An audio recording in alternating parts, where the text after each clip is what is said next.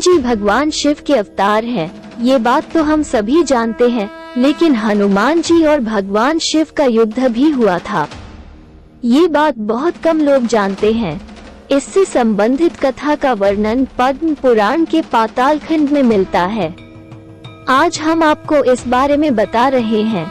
एक, ये है प्रसंग जब श्री राम ने अश्वमेध यज्ञ किया तो यज्ञ का घोड़ा घूमते घूमते देवपुर नाम के नगर में जा पहुंचा। उस नगर के राजा का नाम वीरमणि था। वीरमणि भगवान शिव का परम भक्त था, इसलिए देवपुर की रक्षा स्वयं भगवान शिव करते थे। वीरमणि के पुत्र रूपमांगद ने जब यज्ञ का घोड़ा देखा उसे बंदी बना लिया। ये बात जब घोड़े की रक्षा कर रहे शत्रुघ्न को पता चली तो उन्होंने देवपुर पर आक्रमण करने का निश्चय किया। शत्रुघ्न और राजा वीरमणि की सेना में भयंकर युद्ध छिड़ गया। हनुमान जी भी वीरमणि की सेना का संहार करने लगे। श्री राम के भाई भरत के पुत्र पुष्कल ने जब राजा वीरमणि को घायल कर दिया तो उनकी सेना अपनी जान बचाकर भागने लगी।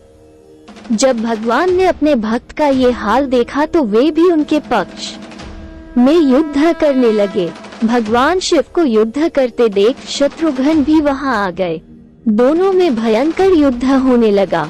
भगवान शिव ने वीरभद्र को पुष्कल से नंदी को हनुमानी से युद्ध करने के लिए भेजा। वीरभद्र और पुष्कल का युद्ध 5 दिन तक चलता रहा। अंत में वीरभद्र ने पुष्कल का वध कर दिया। ये देखकर शत्रुघ्न को बहुत दुख हुआ। शत्रुघ्न और क्रोधित होकर शिव से युद्ध करने लगे। उनका युद्ध 11 दिनों तक चलता रहा। अंत में भगवान शिव के प्रहार से शत्रुघ्न बेहोश हो गए। ये देख हनुमान जी स्वयं शिव से युद्ध करने लगे। हनुमान जी ने शिव जी से पूछा कि आप तो राम भक्त हैं, तो फिर हमसे युद्ध क्यों कर रहे हैं? शिव जी ने कहा कि मैंने राजा वीरमणि को उसके राज्य की रक्षा करने का वचन दिया है, इसलिए मैं युद्ध करने के लिए बाध्य हूँ। इसके बाद हनुमान जी और शिव जी के बीच भयंकर युद्ध होने लगा। हनुमान जी के पराक्रम से प्रसन्न होकर शिव जी ने उनसे वरदान मांगने को कहा। तब हनुमान जी ने कहा कि इस युद्ध में भरत के पुत्र पुष्कल मारे गए हैं और शत्रुघ्न भी बेहोश है। मैं द्रोणगिरि पर्वत पर संजीवनी औषधि लेने जा रहा हूँ, तब तक आप इनके शरीर की रक्षा कीजिए। शिव जी ने उन्हें ये वरदान दे दिया। इधर हनुमान जी तुरंत द्रोणगिरि पर्वत आए और संजीवनी औषधि लेकर पुनः युद्ध भूमि में आ गए।